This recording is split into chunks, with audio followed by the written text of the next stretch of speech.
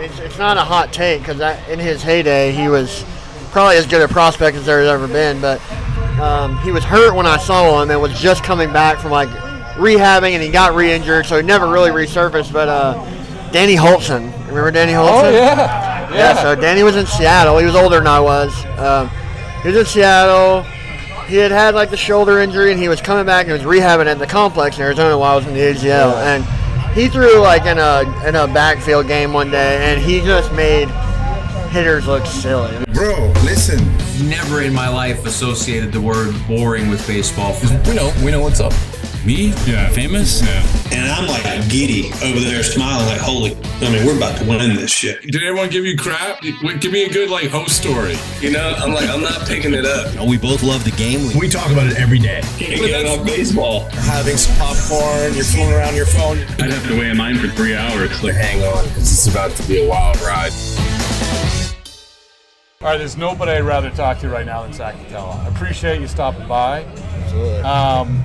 So we've had different people. Like last year, Jake Diekman came on, and he was really great talking about because everyone comes says Tampa, sure. Secret sauce, and sure, and you've probably been asked this as well. Secret absolutely. Sauce at Tampa, but still, it's an interesting one. And so I'll tell you what he said, which is it's not really a secret sauce. It's number one, throwing the ball over the plate, trusting your stuff, getting strike one. And this is one of the things I want to ask you is, he said, I had been told that before, but when you come to Tampa, it hits a little bit different because of success. Sure. Is that accurate?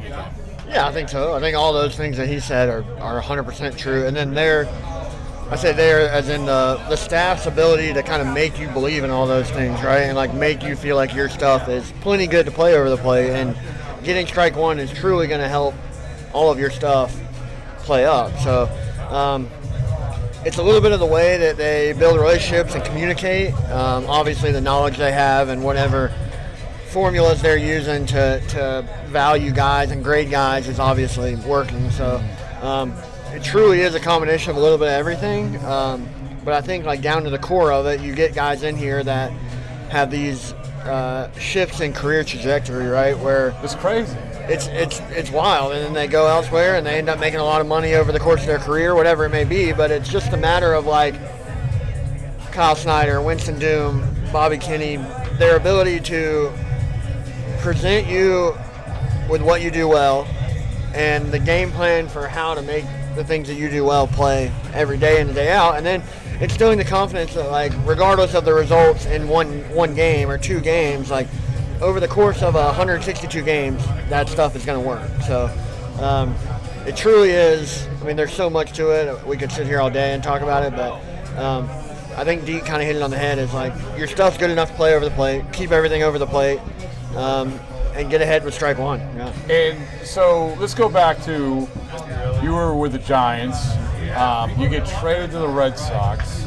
And then you left in the 5-day period there. Yep. And so obviously that's disconcerting because sure you're thrown in the world of uncertainty. Yeah. Go ahead. No, go ahead. No, I was gonna say I had like a little clause in my minor league contract with Texas. I get traded over here, added to the roster. I could kind of tell it was kind of a stopgap situation. Like the bullpen, it was pretty banged up while I was here. They had some starters that were close to coming back, but not quite there. So I think they were definitely trying to cover innings, and they were great. I mean, the people here were incredible to me. I'd had conversations with the Red Sox going through minor league free agency a couple times, so I'd had the chance to talk to some of the staff back when Dave Bush was here and those guys. So had a little bit of familiarity, and they were great. We came in, we had some good talks about what we thought we were going to do well, or what we wanted to do going into the games, and I think I threw like 3 innings over 4 days or 3 days, something like that, and then got DFA'd. And I understand how that stuff works, right? But definitely wasn't expecting to be claimed by Tampa. Really? Being at the time, I mean, Tampa was the best team in the league at the time. They had just won their third, hottest start, 40-3 or something. And so like they would be the last in the waiver order, right? Yeah. So to make it all the way to Tampa and then to get claimed by Tampa and to show up and I don't want to say I was struggling because they knew as well as I knew that I was throwing the ball well. The results were okay the first little bit I was here, but we both kind of felt like I was in a really good place from a process standpoint, and all the things that they cared about were where they needed to be. So having them relay that information too, like I knew I felt good on the mound. Like I was very happy with all my stuff. I was giving up like a run or two here and there where it was just kind of like I'm just getting beat on dumb stuff. Yeah. And so for them to sit, pull me aside one day and say like, hey, like you're throwing the ball well. Like this stuff is that what they said out of the gate when you first got there? They're like, we don't want you to like change anything. There's no like, there's nothing. We're not like pointing to one thing and saying, hey, you need to do this differently. Like keep doing what you're doing. There's going to be some positive regression in here at some point. So even though I kept throwing, I started opening a little bit. I had a little short stint on the IL just to kind of give myself a little breather, and shoulder was a little fatigued, but came back, added a sweeper, and threw it a couple times out of the bullpen, and then got moved into the rotation. So it was kind of feels like a whirlwind now, but it's just crazy. So when to go back to you come here, and I love these stories because there's different organizations. We focus on the Rays. A guy who actually, I think that they kept instead of you at the time, the Red Sox Brazier. I mean, and they letting go. You know his story about he goes to the Dodgers and say, hey, go learn a cutter for 10 days, and next thing you know, he's unhittable. Yeah.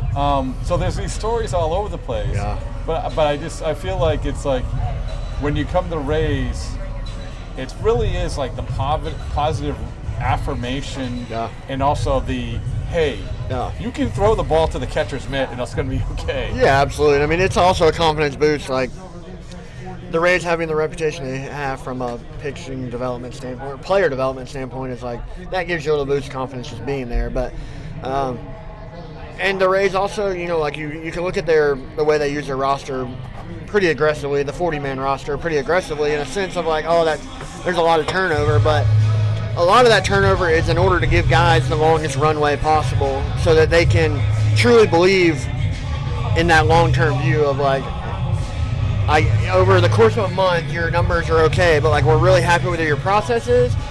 Teams just can't always afford to keep you on their major league roster and go through those result struggles. It doesn't mean that they're unhappy with how you're throwing the ball, and like they believe that over the course of, like I said, 162, it's going to turn around. So Brazier's a good example. I mean, like I know he struggled with the Red Sox, especially the front half of last year, but he has a track record of being pretty good anyway. I might be wrong, was a pretty important part of the run to the World Series 2 years ago. 2018. Oh yeah. So it's teams just always don't have the luxury to give you 162 games. Like I'm sure they fully believed that Brazier was going to return to form. It's just a matter of in this moment we got to have some type of production. And sometimes it just takes another set of eyes and another voice. And the one thing was so you come to Tampa, and so you said you developed the sweeper. And obviously you hope you start, right? I mean, everybody wants to be a starter. Sure. But you want to be on a major league team. That's the most important thing. Yeah. Did you feel like, oh man, I just need that chance to start because I think I have this pitch, I have this confidence? No, it didn't cross my mind. Really? Obviously, you want to start, but like you said, you just want to be in the big leagues. And so I'd had a little bit of success as a reliever. Granted, it was sporadic. And so, I was never like, man, I wish I would get to start again. I had the opportunity before I signed with the Giants and was a minor league free agent. I had teams that were more than willing to sign me to a minor league deal and let me, come to camp and then build up as a starter in AAA and see where it goes from there. But, you want to be in the big leagues. So at the time, relieving was what was keeping me in the big leagues. And I just never really considered the opportunity. Like, I never thought it would happen again, at least not in the major leagues, Like, I never thought of, especially not a contender, but a team would be like, hey, do you want to start mid-year, I would have, something would have to be going on in the middle of the season, just some kind of, I was putting up insane numbers, So did they call you in the office and say, hey? We were, walking out on the field one day. It was like, Drew Rasmussen had a follow-up appointment that was going to tell him basically if he was coming back soon and I guess it didn't go as well as they wanted to, and so they found out they weren't getting it back, and I was like walking out on the field, I don't know, 3 or 4 days before the All-Star break, and Kyle Snyder was walking by me. He was like, "Hey, how would you feel about like having your own day?" And I was like, "What do you mean having my own day?" It was like you're on a rotation, you throw a midweek bullpen. Like, I don't know what your volume's gonna look like right away. Like, we're not gonna like rush you, but we're gonna build you up slowly. And I don't know how long this is gonna last. And I was like, "Yeah, obviously, You're like, let's go. let's do that." But it was very like. It was very informal, being told, and it was very like unsure. You know, I don't think they obviously expected it to turn into this. I don't think that they necessarily knew what the long-term plan was. I think it was like hey, the trade deadline was coming up, so like there was an opportunity to try and go get guys. They just needed somebody to fill in for the month, All-Star break to the end of the month. So really 3 weeks, right? Yeah. And it obviously went well. We still went out and got Savali. Taj was kind of up and down at the time, so I ended up kind of staying in the rotation. They optioned Taj, and what worked for you? Like what was the thing? Because when you get going, like it's great that the opportunity was presented, but to take advantage of it, and then you're like, okay, I could. I mean, I'm sure you thought you could do it anyway, but okay, this is gonna work. I think just like sticking with a plan of like attacking guys. Like I know I've had some years in the bullpen where I've walked definitely more than I'm walking currently, but I mean, since I was in the minor leagues, my thing has always kind of been high strike thrower, right? And I was doing a lot of that last year, and the approach here is keep the ball over the plate. So I didn't want to change anything. I wanted to mix well, adding that sweeper, eventually adding like the little 2-seam that I have, like just mixing pitches. I didn't want to overthink it. I didn't want to go like reading the scouting reports and be like, oh, I need to throw a lot of sweepers this guy or a lot of 2-seams this guy, because like I still wanted to do what I was good at, and that was 4-seam splitter, cutter. So mixing pitches, showing them different looks, attacking guys. Like I've always kind of been a believer, and it's an uncomfortable at bat for a hitter when the pitcher's just like on them. Hop in the box, you're just pouring strikes in, you're working quick. Like that's probably like an older school. They're not really developing starters, true starters, much anymore in the minor leagues. I mean, a few. No, teams well, might be, here's my rant. This is my rant, which is guys aren't going third time through the order. You know why? Well, one of the reasons is because when they're so ingrained not to. When you're in the minors, like you're never gonna. And so when you actually get to the third time through the order, like they're looking around like what? Yeah, it's miss as many bats as you can now. Right. Like, and I was talking to Zach Eflin the other day about this. Like, he was the draft before me, and our generation of minor league starter was probably the last generation to be developed as like true. Like, we don't care how you do it. Go get 6, 7, 8 innings. Like, if you don't strike anybody out, we don't care. If you like don't walk anybody and eat innings, and that's obviously still my goal. Like my view on baseball is so much bigger now, but I think that's kind of like served me really well making the transition back, as well as like the bullpen has helped me a lot, just in the sense of like being in the right headspace when it's right time to go. I mean, I've said it before, but the bullpen guys have the hardest job in the world because they have to be ready to go every single day. They may not pitch every day, but like they have to be ready every day, and that's 162 days of full locked in. Position players the same, right? Like they're locked in, but it's a little bit different where like position players have to go out there and play for 3 hours, where they've got some lulls throughout the night. A reliever is like getting ready for that one inning, and it's like a true peak of every emotion, every feeling you have in your body, physical, all of it, and then you have to do it all again the next night. You know? So that's hard to do. Whether you throw and you can't. Your prep. I mean, there's your preparation for it is like, oh, should I throw today? Shouldn't I throw today? I don't know. It's get your body ready 3 times in a day, right? Like you get ready stretching before the game, you get ready right before the game, and then throughout the game you're kind of trying to stay loose. Like that's hard to do. Like, and then mentally also be locked in. Like you're in a tight game or you're not in a tight game, and all of a sudden your name gets called. Like you definitely don't want it to catch you off guard either way. So it's just like staying So it's there. enough that you like starting. I miss the opportunity to play every day. That's like the bullpen part of it. Like showing up to the field and not knowing, like, hey, you might be the guy tonight. I like that. Okay. But I also definitely like knowing my routine, having a schedule. I like your start day. I like competing against hitters multiple times. Like it's out of the bullpen, you kind of get in these. Like, you just got to go get 3 outs, you know? Like, whether you have your best stuff, whether you are in the zone, out of the zone, like, you just got to find a way to get 3 outs, you know? Like, which I'm not saying it's easy by any means, but, like, we can all go get 3 outs. Right. As a starter, you have to get, ideally, 27 outs. Like, if everything goes well, you're getting 27 outs in a game, and that's hard, but I missed, and I didn't realize I missed it, like, the game inside the game. So, yeah. It is crazy. As we sit here, this is a great way to celebrate your anniversary. This is the 1 year anniversary. It was the 1 year. Actually, so I want to say, as we sit here taping this, it was yesterday that you were signed by Tampa. But let's say this is a 1 year anniversary of you putting on a Rays uniform for the first time, right? Yeah, I met the team in New York. We were in New York for like a double New York series. Yankees Mets. Met them in the last day of the Yankees series. I don't think I threw until the Mets, but yeah, it's flown by. That's it. That's good though. Yeah, it's just been a blur, Like it was a lot. Last year was just a lot of fun in general. It's a great group of guys here. The organization's incredible. Same with the Red Sox, though. Honestly, like I was there for 5 days, but like I said, everybody. The staff, the players were incredible to me. It's a solid hotel in Philadelphia. Yeah, it's a good. Nobody here stayed at it. We stayed at it with San Francisco too. Oh, they did. Okay. When it was like brand new, and nobody here has stayed because a lot of these guys haven't been to Philly yet. And I've been hyping it up to everybody. It's incredible. It's just the best. But